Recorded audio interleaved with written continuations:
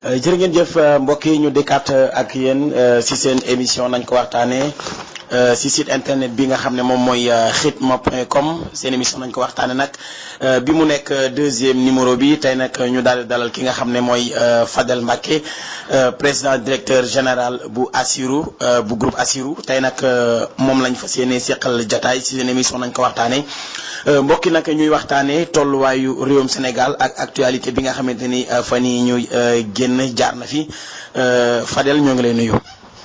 asalaamaaleykum wa rahmatullahi wa barakaatuhu maa ngi nuyu mbokki rajo Khidma di site online bu am solo te tur wi tamit nekk tur bu am solo ndax defe naa Khidma moom moo ñu war ñu ñëpp mooy suñu mission ci àdduna te kon maa ngi nuyu ñëpp ñuy diglu. Fadel bu ñu nee Fadel Mbacké xel dem si assirou.net wala xel dem si groupe assirou.net lan nga ñuy wax si groupe Assirou fan la toll jamono ji ñu doog a dugg nag si dëgg-dëgg waxtaan wi. jërëjëf groupe Assirou moom dafa nekk groupe de presse boo xam ne ay xale ñoo ko taxawal xëy na maa ci gën a fës mais am na ñu bari ñu ci nekk ci ginnaaw ñu ci liggéey bi sax lu ci bari ñoom ñoo koy def. waaye xëy na nag mbir moom boo ci gënee fës rek lu ñëw ñu tudd la ca waaye daal ñu ngi ci liggéey fas yéene nag bokk ci groupe de presse yi nga xam ne ci wàllum internet lañ nekk ñu bëgg a gën a xarañ ci mboolem luy groupe de presse online ndax daal loolu mooy suñu mission te incha allah fekk weer yu ñëw di ngeen xam dëgg-dëgg liggéey bi fu mu toll ak ni ñu yitteele kon daal loolu lañ mën a wax ci groupe Assirou. waaw jërëjëf Fadel léegi nag ñu wax si li nga xamante ni mooy si dëgg-dëgg émission bi seen émission nañ ko waxtaanee si khidma.com dégg nañ ñu ne Macky Sall jamono ji mënul neexoo ak ñi nga xamante ni ñooy waa Touba te am na si ay mbàkk yu bari yoo xam ne nee nañu li tax ñu neexoowuñ ak Macky Sall mooy li nga xamante ne Abdoulaye Wade tàmmaloon na leen ko lu jëm si wàllum xaalis ak lu jëm si ay passeport diplomatique ak yooyee moo tax yenn si ay mbàkk daal di mer nag ma merewaale si Macky Sall lu mel noonu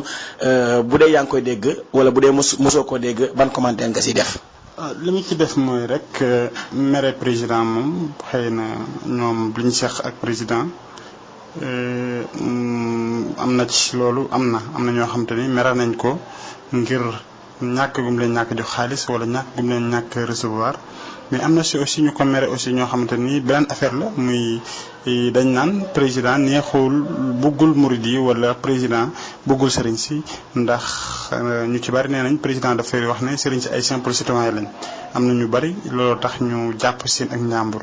am na ci ñoo xam tamit bu ñu amee màggal yëgal ko nguur gi xëy na nguur gi na ci jamono Ablaye Wade na ci xaalis bi daan baree du baree noonu xëy na ñoom tamit loolu leneen tax di mer waaye réew daal dama jàpp ne lu koy doxal mooy waxtaan fexe ànd ndax président moom yàllaa koy fal aussi sëriñ si tamit yàlla moo def ñu jiite ñoom tamit mu nekk ñaari force yoo xam te ni. faaw dañoo war di am équilibre war di ànd waruñ ci xuloo lu bari waruñ di clashante wala yooyu war nañoo ànd nag ci àndub nawle ànd boo xamante ni kenn du ci gaañu waaye nag lenn li nga xam ne am na ci sëriñ su ndaw si daanaka ay maître chanteur lañ dañuy wax lu bon di wax président lu bon te seen ay propre intérêt bu fekkoon sax li ñuy wut dinañ ko bokkaat ak taalibe yi wala dara mais ñoom nañ am oto bu rafet nañ am kër gu rafet nañ am ay passeport diplomate loolu daal buñ ko amee netteel buñ ko amul nag commencé sànni ay xeer te defe naa loolu doxalu dëkk bi parce que sëriñ si aussi doole ji ñu am ci wàllum économiquement buñ taxawoon nañ war a taxawee dëkk bi mën naa développer parce que tool yi lu jëm ci tool yi tey xam ne dañu am ay taalibe yoo xam ne dañ leen li jox ci daara ji ñoo xam dañuy muritu ñooñu nag tey jii bu leen nguur gi jàppale woon ci wàllu ay tracteur wala dara ñuy bay defe naa duñ soxlaalati nguur dara waaw te nit sax boo ko dimbali di ko jox xaalis ndax saa yu teexee day ñëwaat mais dimbali ko ci liggéeyukaayam ak na muy liggéeyee bu ko defee ëllëg dina am ci lu mu jàpp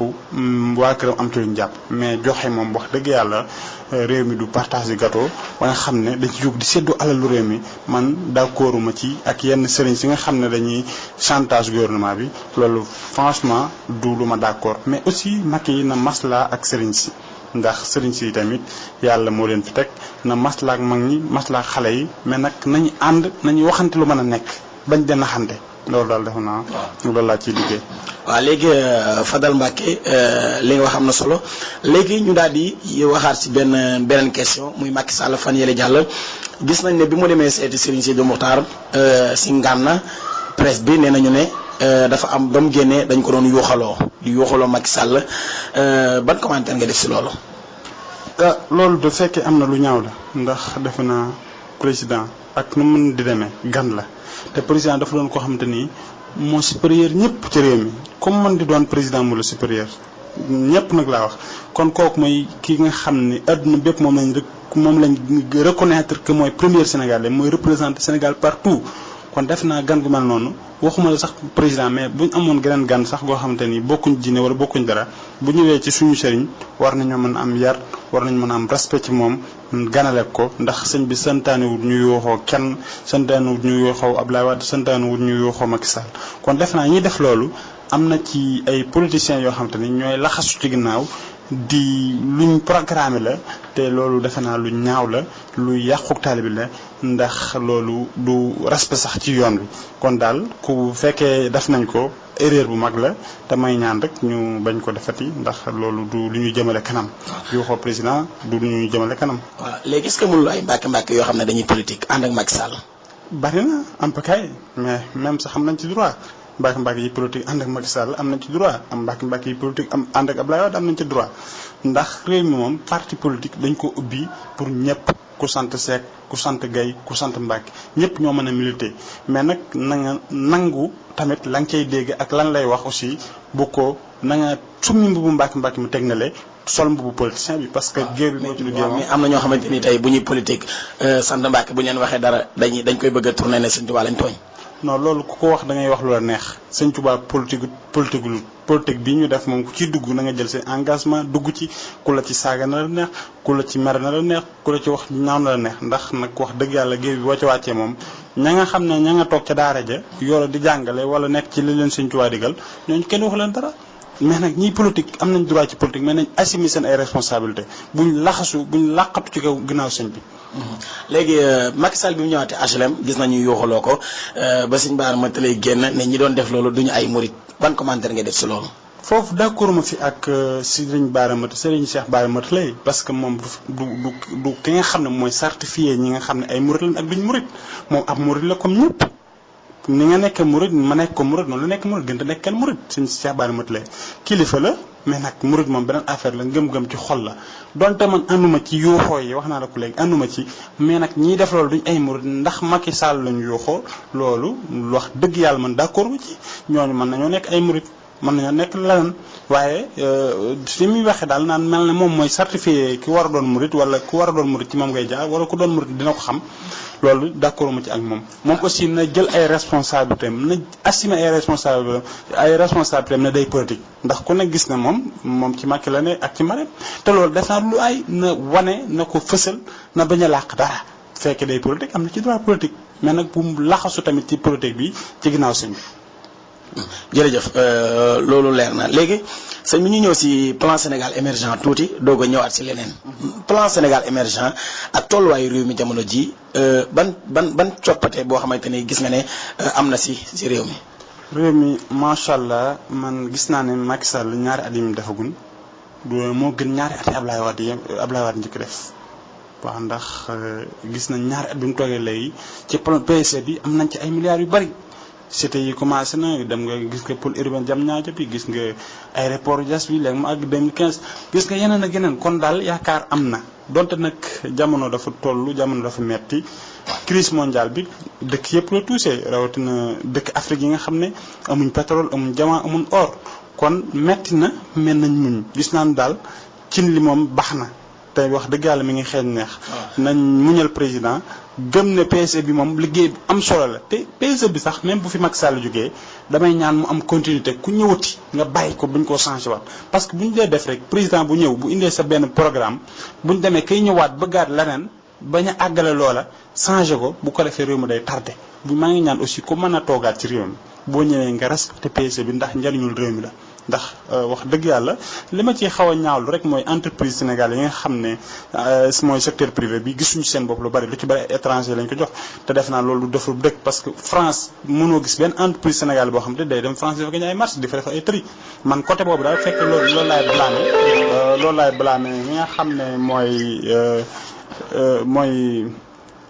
blâmer ñi nga xam ne mooy gouvernement bi que ñuy boole seen affaire secteur privé bi. parce que lu am solo la booy xool ay defar tubaab bi ay contrat 25 ans comme lu ci demee ne autoroute bi port bi yooyu defe naa loolu luy deltul ginnaaw dëkk bi lay doon waaye nag yaakaar am na moom wax dëgg yàlla ne président bu ñu ko jàppalee rek ndax réew mi changement bu bari am na ci ndax surtout wàllum justice bu njëkk gars yi dañ naan tooñ lekk sa xaalis doo ci man dara mais léegi justice ku tooñ ku ne yoon rëq sa ndigg te def naa loolu lu am solo la ci dëkk. waaw mais sëñ bi yow est-ce que dégg nga ne ñu ne dafa am ay lobby yu nekk sa palais ba yoo xamante ne ñoo nekk sa ginnaaw ndax nee nañu am na ñu tudd sax ay Souleymane Jules Diop ak ñeneen ñoo xam ne nee nañ daal ñoo nekk si Fadel Mbacké làqatu si ginnaaw Fadel di ko jox xaalis Fadel di attaquer di leen défendre ban commentaire nga def si loolu. reetaan damay jàpp ndax wax dëgg yàlla loolu su ma ko déggee damay jàpp ndax Sénégal yi aussi dëkk rumeur la. waaw man palais bi xaw ma leen gisuma leen mais man damaa doon koo xam ne jili man duma koo xam te ni damay def affaire wu ni gaa yi def topp ci ginnaaw nit wala bëgg ci nit dara wala di neexal wala man du ma géewlu kenn du ma géewlu Macky du ma géewlu kenn du ma géewlu Ablaye Wade waaw man li ma gis laay wax li ma gis ne réew mi ngi koy doxee question yi nga ma laaj ci réew mi loolu laay gis te gis naa ne dëkk bi mi ngi dox bu doxuloon aussi wax naa la dëkk yi nga xam fi mu suuxandee wax naa la ko mais wax naa la aussi wax dëgg yàlla Macky dañ ko war a muñal parce que ñaari at rek la def Abdoulaye Wade toog na fukki at ak ñaar yoo xamante ni daanaka fukki at ak benn bi ci la nit ñi commencé wax kon président de la république aussi ku respecté ay kàddoom la ci man pour man ku nitu ku kàddu la ay kàddoom nit ku yor kàddu yu wér la lu mu wax dina ko respecté mandat 5 ans bi bu ko neexoon mën a wax waxet parce que ci 7 ans lañ ko fal 7 ans lañ ko fal bu ko neexoon mu def ne Abdoulaye Wade ne maa waxoon waxet te kenn du ci man dara. waa léegi sëñ bi est-ce que yow dégg nga ñu ne am na lobby yu nekk palais ba ñu ne si ginnaaw est-ce que loolu mos nga ko dégg rumeur boobu. loolu day dégguma ko wax dëgg yàlla ci yow laa ko mos léegi te man jàpp naa nit ñi waxuñ ko parce que man palais bi soxma ak ñoom dara. waaw léegi groupe Assirou du mën a yow yaa ko bind naam sax yow yaay PDG groupe Assirou waaye seen site internet bii di assirou.net bindoon na fi ne sëñ Bass Abdou Khadre nekkatul porte-parole khalife général des Mourides yéen a ko bindoon. waaw loolu de binduñ ko lañ bind mooy dañoo bind ne te rédaction bind ko ndax rédaction bi aussi man dama leen a jox sama kàddu liggéey bu bari bi ñu koy def ñoom ñoo koy def ndax man sax fekk mu fi woon mais li ma gis ñu bind ko wax dëgg yàlla ak li nga wax bokkul damaa gis ñu laaj point d'interrogation lañ def ne ndax sëñ Bass mooy porte-parole ndax sëñ Bass Abdou Khadre mooy porte-parole ba léegi ak sëñ Bass Abdou Khadre nekkatu porte-parole def naa c'est différent. léegi question boobu lu tax lu waral question boobu. bu fekkee tubaab la nit ñi xam nga il faut ma leeral nit ñi ne ñun waxuñ ne sëñ Bass Abdou Khadre du porte-parole est-ce que sëñ Bass Abdou Khadre mooy porte-parole ba léegi ndax taxaw seetlu dafa amoon dañoo gis lu mat 4 weer wala lu mat 5 weer yoo xam sëñ Bass waxatul problème mu liste tubaab bi am na sëñ Bass waxut problème mu parité bi sëñ Bass waxu ci problème yu bari waa Sénat bi ñu ñëwee Touba sëñ Bass waxu ci ki ñu gis muy wax rek toujours mooy Cheikh Thioro waaw Cheikh Thioro muy porte-parole particulier di xalif parce que ñaari porte-parole moo am porte-parole particulier di xalif nga xam ne depuis 93 xaw ma 91 si la ko nekk bu Sëñ Sidi Mokhtar ñu ànd moom mooy wax toujours mooy wax léegi journaliste yi nag loolu dañoo bind laaj ne est-ce que léegi Cheikh Thioro mooy porte-parole bi wala Sëñ Bass Abdou Khadre waaw te defe naa nit ñi ak ku ne da ngay interpréter wax ji waaye Assirou amut benn intérêt di attaquer Sëñ Bass Abdou Khadre wala di attaquer keneen mais nag dañoo yor benn site d'information boo xam te ni duñ bokkuñoo ak yeneen sites yi nga xam ne dañuy tagg nit ngir am dara tagg neen ngir am xaalis wala ñu lay corrompre ñun duñ doxe noonu ñun nit ñuy fonctionner mooy informer juste et vrai sëñ Bass saa yu tukkee lu mu def ci bitim réew ci wàllu liggéeyal Sëriñ Tuubaa Assirou daf koy wane te duñ fay Assirou dara ay information bu mu def ku ñëw visiter këram. dañ koy bind. mais aussi côté négatif bu amee tamit Assirou da koy bind. waaw léegi mais sëñ bi loolu bi ngeen bindee loolu nag xaw ma laaj la xaw ma mais bëri woon na coow ba sëñ Sidi Mokhtar jotoon si noo ko dundee woon. ni ma ko dundee mooy ay nit ñu def seeni lobbying diabolisé jaxase ñu bëgg a jaxase man ak sëñ Sidi Mokhtar te sëñ Sidi Mokhtar ku ne xam ne fi mu teg sëñ Aliou ndax sëñ Aliou magam la sama papa magam la xam na ne diggante Daaru Xudoos ak kii mu ne dara xaju ci tentative la woon mais yàlla def na ci ndox mu sedd ndax xam nañ ne man awma ci benn intérêt pour yàq dara wala dara waaye dafa am lobbying boo xam ne aussi mi ngi biir Touba boo xamante ni seen intérêt foo ko noree laale rek jar na leen lu nekk. ay lan lañ. ay sëriñ lañ ñu ngi partout am na ci entourage xalif bi am na ci ñoo xamante ni ci njaboot gi lañ bokk ñoo xamante ni seen ay mbir jàkk moo leen intéressé dara intéressé leen lu dul utiliser sëñ bi utiliser yoon wi ngir seen propre enrichir pour am xaalis ak daraja loolu moo leen ci bàyyi te Assirou nag dama koy wax ñun duñ média boo xamante ni dañuy raay mbir ni mu amee dëgg rek la ñu wax moo xam lu baax wala lu doxul moo xam lu dox wala lu doxul Assirou moom mu amul ma dem te ñëw. loolu dañ ci négocier. waaw mais nag sëñ bi defoon nañ déclaration sëñ Cheikh Thioro génnoon na wax pour sax yow ñu ne woon pour nga dem jégglu ci ndax dem nga jégglu ci. jégglu kuy jégglu day fekk nga tooñ kuy jégglu day fekk nga tooñ Abdou Khadre man tooñu ma kenn te boo tooñut yonente bi nee na boo tooñut bul ragal dara parce que nag yàlla moo ñu bind ñun ñëpp sëñ Touba lañ gëm sëñ Mourou Moussa lañ gëm xam nga ku fi nekk sëñ Touba tamit suñu kilifa nga dañ lay gëm waaye ku tooñut wax dëgg yàlla ku tooñut du ma dem di jégalu ci ku ma tooñut. waaw léegi mbirum porte parole am na suñu bari ñoo xamante ni nee nañu daal maanaam daal yoon wi daal am porte parole jaaxal na leen yow noo gisee porte parole. porte parole lu baax la wax dëgg yàlla porte parole gis naa ne lu baax la ndax sëñ bi kilifa la sëñ Sidi Mokhtar mënul fu mu toll di wax. ndax wax dëgg yàlla sax gouvernement bi da ngay gis ñu am porte parole boo xam te ni président léeg-léeg fu mu mënta àgg ñoom ñooy dem àggale fa ko mooy ndaw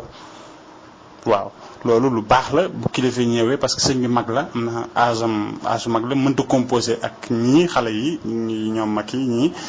mënta composé ak ñoom il faut nag ma am ko xam ne day méngoo ak ñoom ay at yoo xam te ni dina mën di déplacé di wax ak ñoom kon porte parole am na solo mais ka ko doon na fexe ba na mu koy utiliser am njëriñ na fexe ba kóolute gi sëñ bi am ci moom mu bañ koo wàcc. loolu daal mooy. léegi sëñ Bass Abdou Khadre ni mu koy utiliser noo ko gisee. sëñ Bass Abdou Khadre ni mu koy utiliser am na lu baax am na lu dox am na lu doxul waaw wax dëgg yàlla mi ngi def ay jéego yoo xam te ni yu baax la ci wàllum bitim réew mais am na ci yeneen i affaire yu laxasu ci biir yoo xam te ni du neex wax ci rajo mais am na ci yoo xam te ni. daal yu doxul. waaw si wan côté moo doxul. am na ci côté yu doxul am na ci loo xamante ni ñoom seen propre business lañ ci def entre ñoom ak gouvernement bi ñoom seen clic googu am na ci loo xamante ni seen lobbying boobu tamit dafa am lobbying boo xamante ni xaalis leen intéresse quand même. waaw mais lii ngay wax ni sëñ bi est-ce que du la indil problème. même dëgg daal suñ ji li dëgg kaani la sëñ Bass contre ñu ko. gis nañ ne am na liggéey bi xam nga da ma laaj ci côté man damay wax côté positif ak côté négatif am na yu mu def mais day def ay erreur. léegi est-ce que gisoo ne war nañoo mën a jël porte-parole bi jox ko keneen. loolu nag ci sëñ bi la dépendre. non yow say gis-gis yow. waaw pour man loolu man awma gis-gis ndax sëñ bi moom mooy nommé porte-parole am mooy xool ku ko neex mu def ko kon kooku amu ci ne droit ne dañoo war a jël keneen def ko. waaw waaye ni nga saytoo ba gis ay erreur am ak ay yu baax yu mu def. erreur c'est humain xëy na nit matut man foofu laa koy gisee sëñ Bass nit la. maanaam lobby bi nga si tudd ba tudd palais bi am seeni dil yu ñuy def yooyu moo garab. waaw loolu am na ci diggante gouvernement bi ak entourage xalif bi ak po yooyu am na ay dil am na ci diggante bi moom am na ci visite Macky Sall bi rek lu ne ak seet gi ñu ko seeti këram ñun xam nañ ci lu bari lu ci laxasu. visite bi Macky Sall seeti sëñ Bass Abdou Khadre. Bass Abdou Khadre parce que jaale ji Macky Sall ñaata mois la def sëñ yaayu sëñ Bass Abdou Khadre bi mu gaañ yàgg na te yónnee na fa gisante nañ ay yoon yooyu yëpp pour wane ne mënoo jaar ay lobbying la boo xam ne buñ def ñoom gaa yooyu pour wan ne Macky mënoo jaar ci xalifa bi te doo jaar ci sëñ Bass mooy homme de confiance xalifa bi mooy intermédiaire bi gis naa sax ñu bind benn article ñoom ne amul benn mandataire bu dul sëñ Bass Abdou Khadre kon daal mel na visite bi daal bi mu jàllee ci lañ commencé bind article yooyu ne sëñ Bass rek mooy unique mandataire ci palais bi diggante mag sëñ Sidi Mokhtar waaw. maanaam loolu porte-parole sax jamono sëñ Saliou ni ma ko doon gisam mooy sëñ Saliou daan def ku ñëw rek léeg-léeg mu wax loo Souhaïbou Cissé wala léeg-léeg mu wax loo Matar Diakhaté waaye porte-parole bi rôle bi sëñ Bass def sax du porte-parole man te moom sax waxoon na ne buñ ko waxati porte-parole bëggatu ko kon xëy na mën nañ ko wutal beneen secrétaire particulier di xalif wala vice nangam wala genre boobu. vice nangam comme man vice xalif nga bëgg a wax. non vice xalif mënta am parce que ñun yoon wi du vice xalifa du lu mën a am ci yoon. kon vice lan. waaw ñu xool beneen tur daal boo xam te ni ndax ndegam moom bëggut porte-parole nañ ko tuddee neneen parce que rôle bi mu def sax du rôle porte-parole. loolu lan la. loolu beneen affaire beneen nu xaw ma nu ma ko mën a tuddee mais du rôle porte-parole moom mooy sëñ bi ñëw amee gan nga waxal ko wala sëñ bi yónnee ci télé bi nga dem waxal ko porte-parole dégg nga tubaab. waaye lii muy def nii partout mi ngi fi na kooku du porte-parole. waaw jërëjëf Fadel léegi nag fi ñuy jeexantale mooy gis nañ ne Moustapha Cissé Lo amoon na fi jafe-jafe. bañ yàqoon këram te yow sax am na ñoo xamante ni doon nañu wax naan yaa nekkoon si ginnaaw audio boobu ñu nañ ko publier woon ndax yow gars yi lu xew ñu laalaale la si. waaw mooy yeex doon ko rek man sëñ Abdou Khadre lépp luy yàq yoon sëñ Tuubaa bi wala lépp luy dérange wala lépp luy yàqu mbokk man du ma ci sawar di dugg. waaw ndax nag wax dëgg yàlla dafa am fu ma bokk ci Daaru Xudoos te ñun kenn du ñuy dem naani waaw bokk ci waa kër Cheikh Moustapha kon defe naa war naa am fulla war naa am fayda war naa am njàmbarte li fi Cheikh Moustapha bàyyoon ñu koy sàmm boo gisee ñu bari neexuma leen nag xëy na dëgg yi may yëkkati te du leen arrangé parce que Sénégal nit kuy wax dëgg lañ bañ man dooma gis kër kenn ci gars yi ñooñu ngi wax mënuñ maa ger du ma dem seen kër du ma leen seeti uma ak ñoom affaire parce que li fi am mooy corrompre nit ñi la ñu def. mais ñooñu journaliste yu bari ñooñu seeni xar lañ def. ñëpp site yëpp lañ jënd site yu mag yu ci bëree bëri dañ leen jënd ak presse écrite beeg ñëpp di leen invité ay reer seen kër di def nangam ku jubut foo ko fekk noonu lay def man nag xëy na Assirou dëgg gi muy wax te man gëm naa ne Assirou mission la bu nga xam ne Sëñ Tuubaa moo ñu ko jox ndax Assirou mooy démarche te Assirou dafa am lu méngool mooy bi Sëriñ Tuubaa dem ci géej gi. moo ko sëñ Bassirou moom lañ bi sëñ Tuubaa bind Assirou rek at moom 1895 ci la sëñ Bassirou gën a jamono te defe naa 2015 bi ci lay am 120 ans kon incha allah sax ñun dañuy màggal loolu. gën a sëñ Bassirou googu ak xasida gi bi ko sëñ bi bind. gëm naa ne man mission la bu ma sëñ bi jox te war naa taxaw ci lépp luy yàq dëkk bi lépp lu koy deltul ginnaaw ma taxaw xeex ko. waaw ndax aussi man. même président communauté bi léeg-léeg mu ne dama ko contre laxat ke man contre ma personne contre ma nit ñi man li ma contre mooy seen i doxalin ak seen i jëfin ak ni ñu jàppe nit ñi ndax Touba dafa doon loo xam te ñëpp ko bokk sëñ Mourou Moustapha dafa am lu mu ci am sëñ Fallou am lu mu ci am ku ne am loo ci liggéey kon def naa waruñoo taxaw bàyyi ay nit yu jógee fi la ñëw di jël seen ay dogal di def lu la neex ci dëkk bi ñuy taxaw di seetaan ñëpp ko bokk. waaw léegi sëñ bi yow fi ñuy jeexale si seen émission nañ ko waxtaanee si khidma.com mooy yow am na benn entourage boo xamante ni mën nañ ne entourage bi jege sëriñ beek yooyu la ak yenn mbàkk yoo xamante ni ñoo ngi Touba yow gis nañ ne ñu bare daal ñooñu dañ lay moytu daal di am yoo xamante dañ koy làqatu ndax bañ nga siiwal ko yooyu est-ce que tamit yow li ngay siiwal ak fit wii nii du caaga ne li nga sant Mbàkke la. man siiwaluma dara man du ma nit koo xamante ne damay ab genre espion la wala journal man je ne suis pas un journaliste man doo journaliste man organe de presse laa créé am ay nit ñu ci nekk di liggéey di def seen ay gëstu ñi ngi Touba am nañ ay bureau Touba yoo xamante ni dañuy def seen ay gëstu di liggéey man dewuma wuti information mais nag ku ci gëstu loo xamante ne wóor na am na dama lay jox ne la publier boo publier sama nañ ko publier te du ma ko yëg mais na doon dëgg rek li ñuy bañ daal mooy sos ak créer moom wala fennal kenn moom wax dëgg yàlla santuma ko benn journaliste suñu groupe. waaye man sama jëmmi personne man liñ naan concepteur site web la web master la man du ma journaliste gëstuma defuma ay investigation defuma dara mais nag lépp lu nekk ci dëkk bi tamit am naa ay ndaw yoo xam te ne dañ ciy taxaw tem moom pour génne ko. mais léeg-léeg moo xam nag lu négatif la wala lu positif. mais léeg-léeg tamit sëñ bi Assirou dina publier ay articles yoo xamante ne day tàng jër xam ne léeg-léeg sax ay 10 minutes la si am rek gars yi wala ñu fexe ba dina article bi. waaw loolu xëy na bu amee ndax nag wax dëgg yàlla man dama am ay xarit am ay kilifa ndax murid saadix laa dama am ay xarit am ay kilifa am ñoo xamante ni buñ ma ñaanee tey gis loo xamante ni information boo xamante ni lu mën a yeefi ne la aussi tamit bëgg dëgg nag du dëgg yëpp la ñu wax bëgg dëgg taxoon nag ba nga caagi ne nag dëgg luy taal réew mi nga koy bàyyi ci sa site loolu wax dëgg yàlla duma ko jaral moo tax lu ci bari léeg-léeg buñ gisee ab article ci Assirou mu am 10 minutes dañaat xëy na looloo koy waral. waaw ñoo ngi lay jaajëfal. waaw ñu ngi sant ñëpp di jéggalu ci kàddu yi lu ci ñagas parce que nag ñun méroowuñ kenn eenuñ kenn mais nag wax dëgg yàlla dañoo amatul naa féq suñuy wax waaw waaye ku respecté ñëpp lañ ku amul ñëpp jàmm lañ duñ tooñ duñ mettre chanteur duñ chantage parce que kuy chantage day ceega ne sax bu gars yi defee article ñu woo la jox la dara waaye ñun nekkuñ ci loolu ndax yàlla def nañ ñu ngi liggéey pour xale yi pour Assirou Children bi parce que tamit lu ma ñor la te laajoo ma ci question yu ndax xale moom man ak xale depuis sëñ Saliou la sëñ Saliou wax dëgg yàlla ci laa ko xame lu bëree bëri kon defe naa waroo tëj émission bi te doomu laa ci xale yi. waaw léegi sëñ bi wàllum Assirou Children si tamit ñu jégalu ko baax a baax gisoon nañ ne yaa ngi si woon doon liggéey fi mu ne nii gis nañ liggéey yokku na bu baax a baax partenaires yi fan la toll. waaw Assirou Children sax man dama ci xaw arrière tuuti parce que nag man mënumaa boole nekk ci liggéey yu bëri parce que man maa ngi ci volet yu bëri léegi maa ngi ci communication bi maa ngi ci yeneen projet yoo xam ne maa ngi ci léegi am na soxna si ko yoroon